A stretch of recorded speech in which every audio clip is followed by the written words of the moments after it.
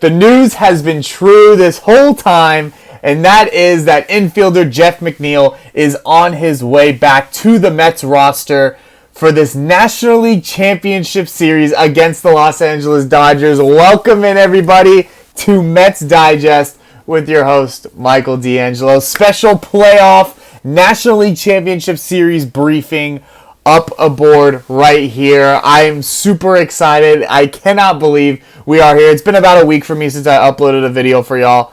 And I'm just so excited to come back on here and connect with y'all that we are really here in the National League Championship Series. The New York Mets, the number 6 seed against the number 1 seeded Los Angeles Dodgers. The top 2 payrolls in the National League have met in the National League Championship Series. And, you know, you may be wondering, how do we have one of the top payrolls? The Dodgers have all of these guys, and, you know, we have all these veteran pitchers on veteran deals and stuff. You got to remember, we're still paying Max Scherzer and Justin Verlander and Bobby Bonilla a little bit on you know, they compete or they contribute to our dead cap money. So that's still that's still in effect when looking at a team's payroll for this season. Now next season they come off the payroll, so that won't be in effect anymore. And with the Dodgers, Shohei Ohtani is getting most of his money, you know, around 90% of his contract deferred until he is off the Dodgers, which is, you know, going to be 10-12 years from now. And, you know, this year from on is still really only paying him around $2 to $4 million a year. So, you know, it's kind of good, kind of cool to see the best of, you know, the up and the down of an MLB team payroll, and seeing these two, you know, mighty money juggernauts just meet in the NLCS. One's the 1 seed, one's the 6 seed, and now we are here. And can you just believe it? Like, you gotta believe, right? Like, that has always been the saying since the 80s, and it is now alive and well. And we are here. First game, Sunday night, Dodger Stadium. Going to be about 2 hours from now. Hopefully I can get this out before then so y'all can watch and get you guys ready for this game. Remember, the last time we met the Dodgers in the playoffs was in 2015 with the 2015 World Series team, where we ended up taking the series in Dodger Stadium. So we do have some playoff experience there.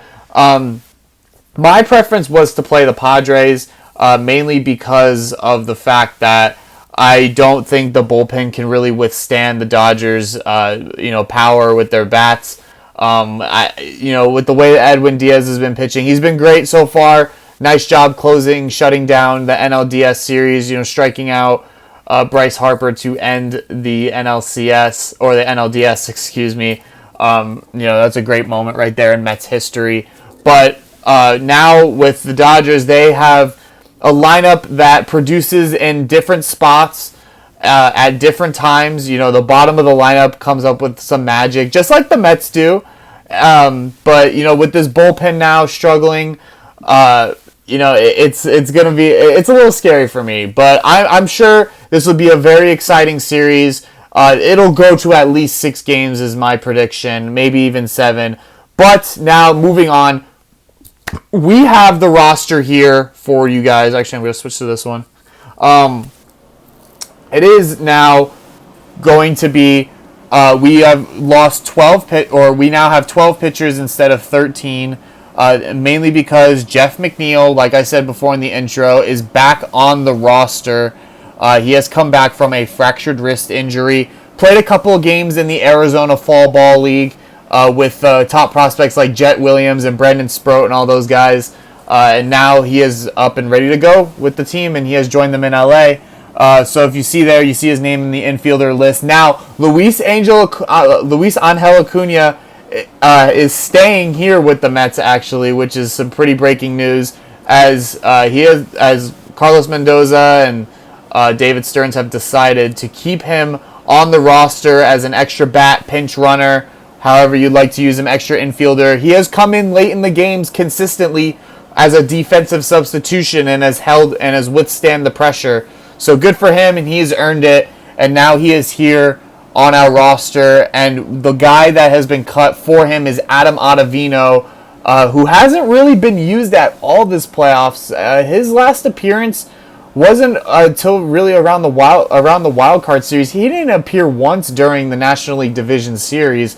So I'm not sure if there's any, butting heads between Ottavino and Mendoza. It's probably a trust issue as well. If you guys don't remember, around the regular season, Ottavino has been struggling. I'll pull up his stats right now, actually. Sorry, Jeff, not right now. But he has appeared in 60 games this year. He was a consistent reliever brought out of that pen to set up Edwin Diaz. But, with that 4.34 ERA on the regular season, obviously when that sweeper slider is not, when he doesn't have control, he tends to either walk a lot of guys or give up home runs in clutch situations. And, at 38 years old, we have Danny Young in there now. Tyler McGill and David Peterson have also kind of taken a little bit of a bullpen role as well. So that kind of just leaves Ottavino as the odd man out. This is the last year of his contract. I'm sure he will be dumped, either waived or just let walk, or will be walking away from the team this offseason. But so now, as you see in the starters, Sean Manaea, Tyler McGill, David Peterson, Quintana, Senga, Severino. Kodai Senga is starting Game 1 once again for the Mets. Oh, so exciting. Hope to see his pitch count raised up a little bit. He only threw 31 pitches, or around 31, 34. I forgot what it was, my bad. In his first game, starting Game 1 against the Phillies, and he actually held up pretty well. He gave up a leadoff home run to Kyle Schwarber, the first batter he faced, and after that he gave up nothing else. So it was definitely a positive look for Kodai Senga in these playoffs, and who knows now what his pitch limit will be. Will he go 3 innings maybe this time? Will he go 4 or 5? It just depends on how well he's rolling against this dangerous Dodgers lineup. And obviously the matchup that everyone's looking forward to, it will be Kodai Senga against Shohei Ohtani, 2 Japanese maestros going at it on the mound and in the batter's box. But remember, they were not teammates in the WBC either, because Kodai Senga did not compete in the WBC a couple of years back. But it'll be nice to see some 2 Japanese royalty going at it in the National League Championship Series in LA, with Shohei Ohtani at the plate. And now you look forward to seeing what he can give the Mets this start for Game 1. If it's around 4 or 5 innings, you can definitely bet Tyler McGill or David Peterson will come in for some long relief. It is pretty sad to see David Peterson kind of get taken out of that starter role once again and get put into this kind of long relief bullpen spot starter type of role.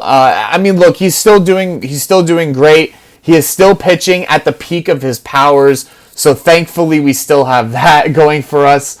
But at the same time, this man has deserved to start. I thought he should have started Game 1 against the Phillies, but obviously with Kodai being back now, you want to get him going. And you definitely don't want him in the bullpen, since he has no bullpen experience his entire career. Even in Japan, no bullpen experience. So that's a guy that you kind of just have to leave the starts up to. David Peterson does have a little bit of bullpen experience when he was first brought up as a rookie. So, this type of thing isn't new to him. And, now with the lefties being pretty depleted, remember, Danny Young is our only, as you see there, he is our only left-handed relief pitcher. So this kind of puts the need in for another lefty to be able to come out of that bullpen and be able to give innings against those big lefty bats. I'm sure, there will be a time and a place maybe where Kodai Senga in the 4th, 5th inning will be facing Shohei Ohtani for the second time around, and Carlos Mendoza will be on his way out to put David Peterson in. Can see it right now happening. But hopefully Kodai Senga will be able to go up to that point around maybe 5 innings. 4 or 5 innings is what I'm hoping for. That'll be a great start, because you already know if he made it past that point, that probably means he wouldn't have given up a lot of runs, and that is definitely what we need from him. So hopefully, the starters can keep the Dodger lineup contained as much as possible. We saw the Padres pitching staff do it well, specifically with Shohei Ohtani. He was contained last series You got to keep that rolling. You can't let this man break out, especially for those people that are really looking for Francisco Lindor to win the MVP. This series might decide that. It sucks to say, but this series really might decide who wins the NL MVP, as it will be Shohei Ohtani and Francisco Lindor going at it. That is so cool to see that these two guys have emerged as the top 2 NL MVP candidates and will now be competing against each other head-to-head to see who goes to the World Series against either the New York Yankees or the Cleveland Guardians. I really wanted the Detroit Tigers to go to the ALCS. I thought that would have been cool to see. They haven't really made much playoff noise since Miguel Cabrera was kind of in his post-prime era. So that would have been cool to see them try and take down the mighty Yankees to go to the World Series. But here we are, and it is Guardians and Yankees and Mets and Dodgers. We could have a Subway Series World Series. The fact that that's a possibility right now. I don't know if the state of New York could single-handedly, I don't know if this society today could mentally handle a Subway Series World Series. This city might burn down or something. I have no idea.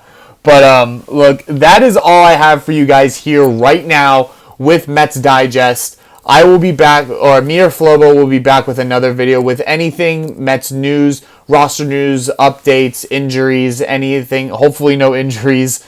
Any of that, reactions to the games.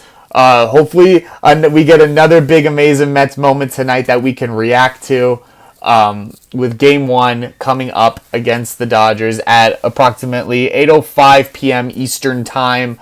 Everyone tune in. I don't know. There's no watch party at Citi Field tonight, so you guys can't go to that. But make sure you guys are glued to the TV. Me, personally, I'm not sure because I haven't been watching the last couple of games, and they have been winning.